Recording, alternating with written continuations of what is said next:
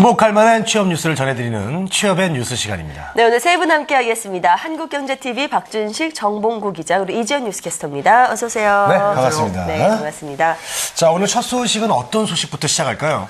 네, 우리나라가 지금 이 숙련 인력들이 그 인정을 받는 이 능력 중심 사회로 가겠다고 하면서 여러 가지 정책들을 추진을 하고 있습니다. 근데 한 사람이 이 숙련 인력인지 아닌지를 이 판단할 수 있는 객관적인 지표가 필요할 텐데요. 이것이 바로 이제 자격증이라고 할 수가 있습니다. 이 중에서도 이제 기술 자격증이라고 하면 국가 기술 자격이라고 있습니다. 근데 이제 정부가 앞으로 5년 동안 국가 기술 자격 제도의 발전 방향을 담은 기본 계획을 발표했다는 소식입니다. 아, 그렇군요. 요즘 뭐 취업하려면 자격증 하나 정도는 이렇게 많이 갖추려고 하시는데 앞으로 국가 기술 자격은 어떻게 변하는지 그 내용이 좀 궁금하네요.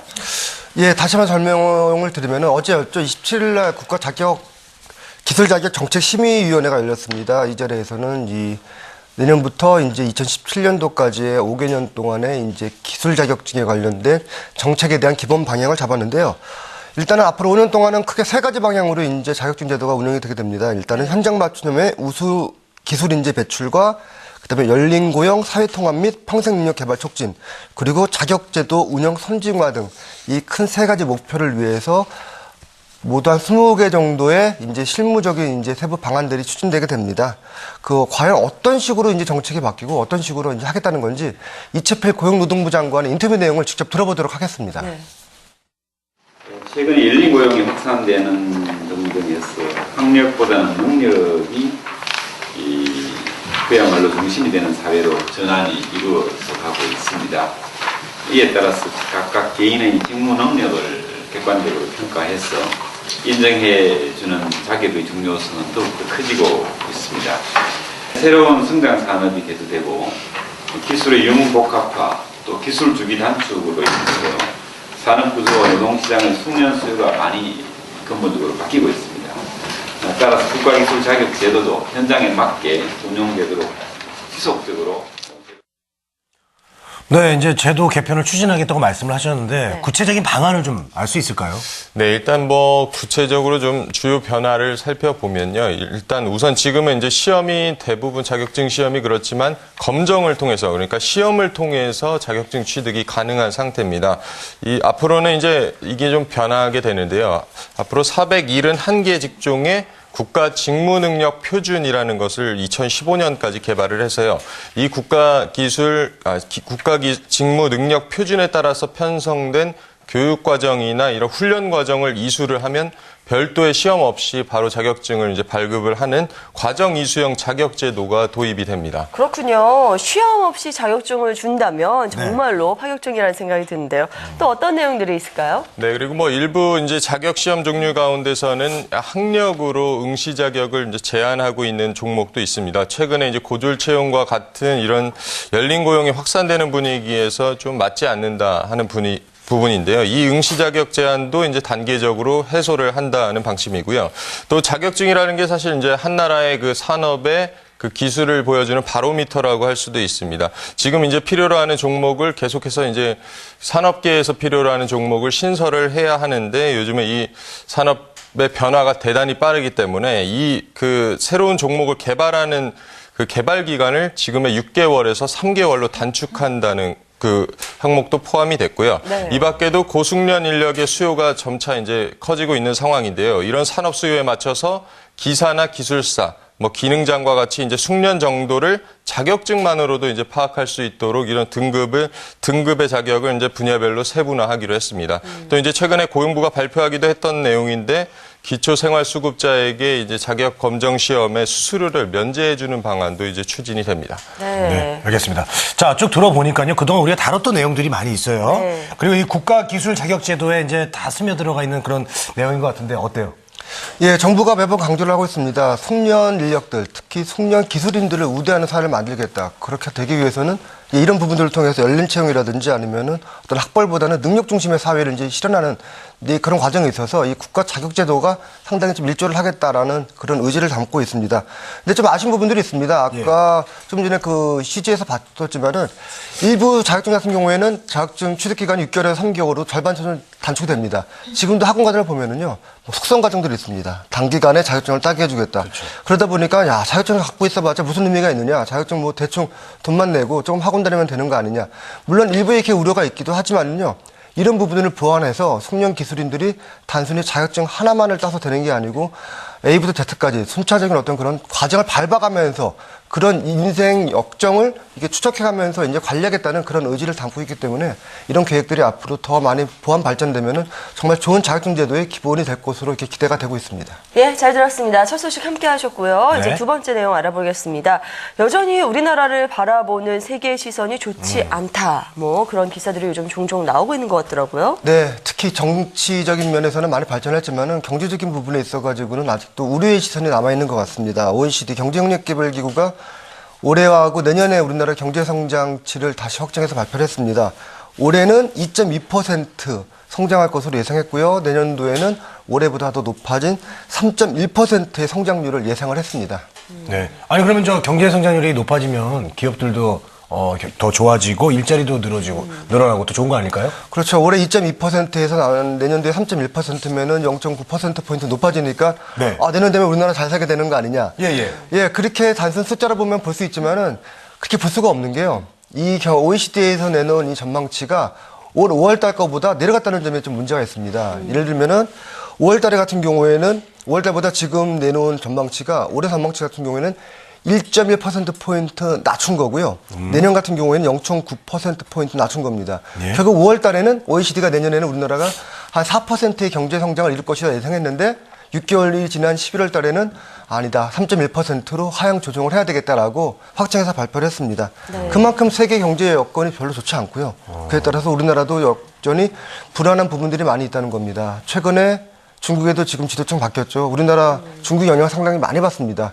예, 이런 부분들에 대해서도 계속 좀 예의주시할 필요가 있고 또 우리나라 또 좀 있으면 선거 있지 않습니까? 예, 선거 끝나고 어떤 형국이 벌어질지 모르기 때문에 미리미리 좀 구직자들도 그렇고 기업들도 그렇고 특히 취업이라든지 아니면 채용 시장에 있어서 대비를 단단히 해야 될 것 같습니다. 그렇군요. 역시 세계적인 흐름을 봐서는 내년에 우리의 일자리가 뭐 크게 늘어나지는 못할 것이라는 그런 부분들이 흐름을 통해서 다시 한번 확인이 되는 거군요. 다시 한번 좀 그 부분을 강조를 하면은 대기업들 이미 뭐 멈추고 있습니다. 구조조정 카드 꺼내들고 있고요. 은행들이 이미 시작을 했습니다. OECD에서 예상할 정도로 우리나라 내년 경제 성장 그렇게 만만치가 않은 상황입니다. 구직자분들이요, 정말 이제는 자기 눈높이라든지 자기 욕심을 조금 낮춰가지고 지금 현실에 맞는 직장을 구하는 게 내가 원하는 일자리를 찾는 가장 지름길이 아닐까 그렇게 생각을 해봅니다. 네, 알겠습니다. 자, 다음 소식은 우리 저 막내가 준비했어요. 우리 이지영 캐스터. 네. 네, 며칠 전에 이 지난 3분기 우리나라 가계대출이 937조 원으로 사상 최고치를 기록했다라는 뉴스를 본 기억이 나는데요. 많은 분들이 학자금부터 시작을 해서요. 이 직장인이 되어서도 대출이 필요한 상황이 많은데 이 높은 금리를 부담하느라 돈을 벌어도 이렇게 버는 게 아닌 것 같은 그런 상황들을 겪고 계신 분들이 적지 않은 것 같습니다. 하지만 오늘은요, 직장인 여러분들 그리고 구직자 여러분들께 조금이나마 좀 힘이 더 되는, 좀 힘이 나는 소식 준비를 해봤습니다. 그래요. 오늘 사실 앞서서는 조금 힘이 빠지는 그런 맞아요. 내용들만 힘 빠졌잖아요. 확인했는데 힘이 빠졌어요. 지현 씨 힘을 주십시오. 빨리 좀 알려주시죠. 네, 저 취업했으니까 금리 좀 깎아주셔야 되겠습니다. 혹은 저 과장으로 이번 달에 승진했는데 금리 좀 낮춰주시죠. 이런 말 할 수 있을 것 같은데요. 네, 금융회사에서 대출을 받은 고객이 다시 창구를 찾아가서 이렇게 금리를 깎자고 요구하는 광경이 좀 늘어날 것 같습니다. 앞으로 승진이나 취업을 하면 이 은행의 금리를 인하할 수 있는 요구, 있는 권리를요, 은행 내규에 포함시킬 전망이라고 하는데요. 정말 반가운 소식이죠. 네. 27일 금융권에 따르면요, 은행연합회는 최근 정기 이사회를 열고요, 금리 인하 요구권을 활성화하는 등을 골자로 하는 대출 금리 체계 모범 규준을 의결을 했다고 합니다. 2002년에 도입이 된 금리 인하 요구권은요, 취업이나 승진 시에 신용 등급이 올랐을 경우 고객이 은행에 대출 금리를 내려달라고 요구할 수 있는 권리를 말하고 있는데요. 그동안 은행들이 좀 고객들에게 금리 인하 요구권이 있다는 사실을 제대로 알리지 않아서 이용 실적이 거의 없었다고 합니다. 때문에 고객들은요, 신용 등급이 올랐을 때도 높은 금리를 부담해 왔었는데요. 하지만 이번에 모범 규준이 제정이 되면서 시중은행들이 이를 내규에 적극 반영해서 제도를 좀 활성화시킬 방침이라고 합니다. 네. 이거 정말 반가운 소식인데요. 네. 그러면서도 이게 어떤 건지 구체적인 내용도 좀 궁금한데, 그럼 예를 들어서 뭐 퇴사를 하거나 승진을 못하면 또 금리를 안 내려주나요? 어떤 겁니까 이게? 일단은 기존에 있던 금리를 그대로 유지할 가능성이 높고요. 만약에 예. 퇴사를 하거나 승진을 못하면은 예. 그 대상자 상당히 좀 복잡합니다. 왜냐하면 은행이 금융상품이라는 게 워낙 많기 때문에요. 근데 기본적으로 이 정책금융공사에서 이 대출이 발생시키는 이 정책 대출 말고는 모든 부분에 해당이 된다고 볼 수가 있는 게 왜냐하면 신용대출도 그렇고 가계대출도 그렇고요. 집단대출도 그렇고 사실은 대출은 모두 개인의 신용도가 반영이 되어 있습니다. 본인이 갖고 있는 자산이라든지 부채라든지 그런 적인 이 재무 상태도 중요하지만은 개인의 신용도가 금리에 상당한 영향을 많이 미치기 때문에 사실상 모든 금융상품, 대출 상품의 이 권리를 지금 고소 소비자들은 이제 요구할 수가 있고요. 예.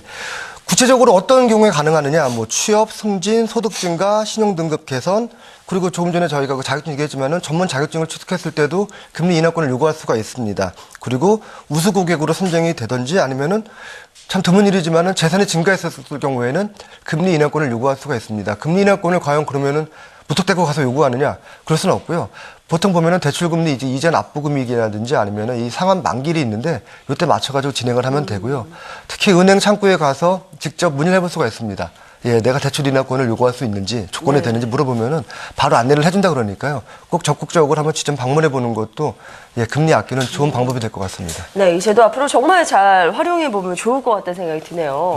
네. 네, 정말 많은 분들께 실질적으로 도움이 될 만한 그런 제도라고 할 수 있겠는데요. 더 반가운 것은요, 내년 2분기부터는 카드업계도 이 금융당국과 이 태스크포스 팀을 꾸려서 이 금리 인하 요구권을 활성화하기로 했다는 것입니다. 카드론에도 금리 인하 요구권이 반영될 것이다라고 보시면 되겠는데요. 가계부채가 이제 은행권에서 제2금융권으로 많이 넘어가면서 고금리 대출이 많아졌다는 뉴스도 계속해서 나오고 있죠. 하지만 이번에 표준 약관이 제정이 되면요, 신용 등급이 오르거나 이 급여 자산이 늘어나는 등 대출자의 신용도가 높아지면 이 카드사에 카드론의 금리 인하를 요구할 수 있다고 합니다. 표준 약관은 올해 말까지 시한을 마련해서 관계 당국과의 협의를 거쳐서요, 말씀드린 대로 내년 2분기부터 한 3월쯤부터 시행하는 것을 목표로 잡았다고 하는데요. 정말 많은 기대가 되고 있습니다. 네. 근데 뭐 여기서 또 빼놓지 말아야 할 부분은 이런 부분들이 이제 대출을 이미 받으신 분들이나 앞으로 대출을 받으실 분들에게 이런 혜택이 있다는 거를 더 적극적으로 알려야 하는 게 더 중요하다고 할 수가 있겠는데요. 네. 은행들은 이제 대출 금리를 세분해서 내년부터 매월 은행연합회 홈페이지에 이제 공시를 하기로 했고요. 또 주택담보대출과 개인 신용대출, 중소기업 운전자금 신용대출, 중소기업 운전자금 담보대출 등 유형별로 나눠서 이제 공시가 된다고 합니다. 네. 네, 또 덧붙여서 말씀을 드리자면요, 은행연합회 관계자는 금리 인하 요구권과 금리 비교 공시가 정착이 되면요, 고객에게는 이 실질적인 금리 인하 혜택을 보거나 또 금융정보의 접근성이 향상될 것이라고 보고 있는 만큼 이 서민들의 어려움이 조금이나마 조금 덜어졌으면 하는 그런 마음이고요. 또 앞으로도 이렇게 동기부여가 되는 취업도 승진도 열심히 하고 싶은 마음을 자극하는 이런 것들이 많이 좀 소식들 들려왔으면 하는 바람입니다. 네. 마지막에 좀 반가운 소식이어가지고 네네. 기분이 참 좋았네요. 자, 오늘 세 분 이야기 잘 들었습니다. 감사합니다. 고맙습니다.